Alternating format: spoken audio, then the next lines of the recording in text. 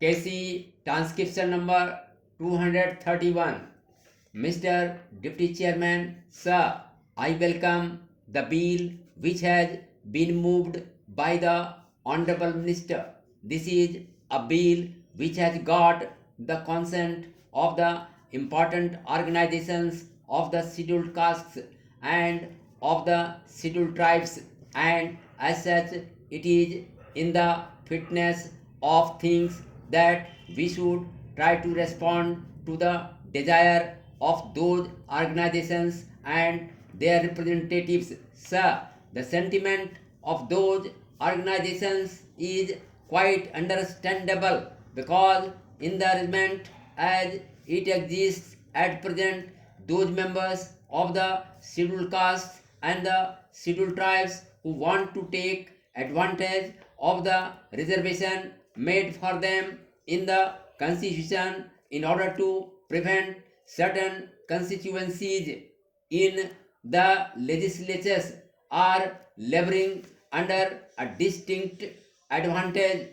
The disadvantage is that a double member constituency by its very nature is an unwieldy constituency, and except in certain urban areas the constituency covers a very wide area and it becomes very difficult for any member to approach each and every voter as he should and to convey them his ideas, his policies and his programs and to canvass his vote. Sir, it is a well-known fact that the larger the constituency, the greater the expenditure for any candidate who wants to get the votes of the electorate in that constituency. The members of the scheduled castes and the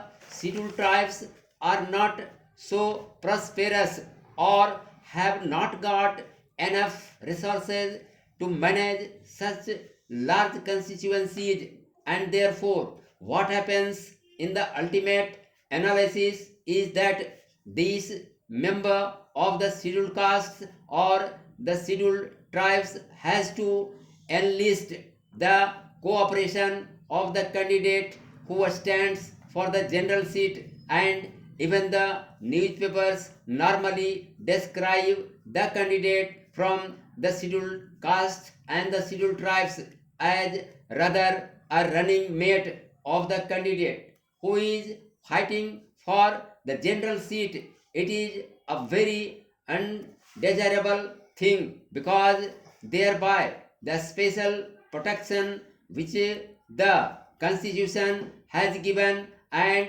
which this parliament has extended would not be available to the members of the scheduled caste and the scheduled tribes, and they will have to enlist the support of the general constituency candidates. It is perhaps because of that and because of the lack of resources and because of unwieldiness the constituency should be bifurcated. Again, sir, there is a provision that after the delimitations a chance will be given to the various parties concerned to make any representation. Sir, this bill is a very welcome measure. At the same time, one cannot overlook the fact that when these constituencies are bifurcated, especially because of the provision in subclause 3b, it requires that the commission should reserve the single member constituency in a manner in which there would be greater concentration of population of the scheduled castes, or as the case may be of the scheduled tribes in the constituency which is reserved for them. That being the case, a certain amount of separate constituency principle does not incorporate as a result of the bifurcation, one has therefore to be cautious that once this bifurcation takes place, it does not go further in the direction of separate constituencies and ultimately does not result in separate representation as was existing during the British days. It is very difficult, sir, to give any suggestions regarding the precautions that might be taken. Ultimately, the only solution of this complex problem is to raise the status of the scheduled castes and the scheduled tribes so that their separate identity may be completely disappear and they may become part and parcel of the Indian community as such till we reach that stage wherein they become an honorable section of our community enjoying the same status as other sections of the community not only in law but also in fact. This type of protection will become necessary, and as long as this protection is necessary, certain risks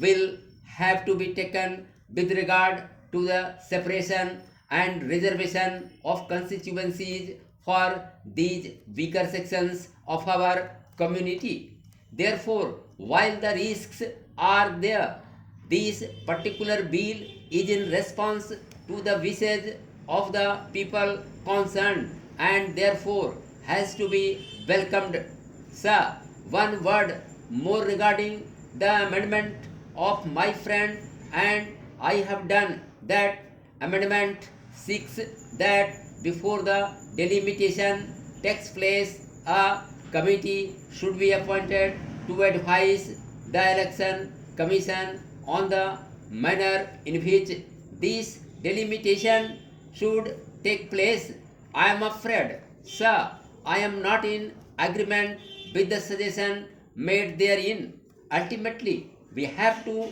trust the election commission as an impartial body.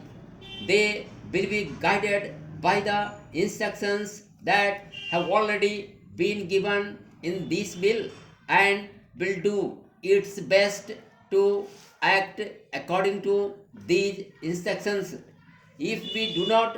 trust the election commission, democracy in this country will not be able to flourish at all. Therefore, it is desirable that the question of delimitation should be left to this impartial and autonomous commission, the election commission, which is in charge of election matters at the center and in the states.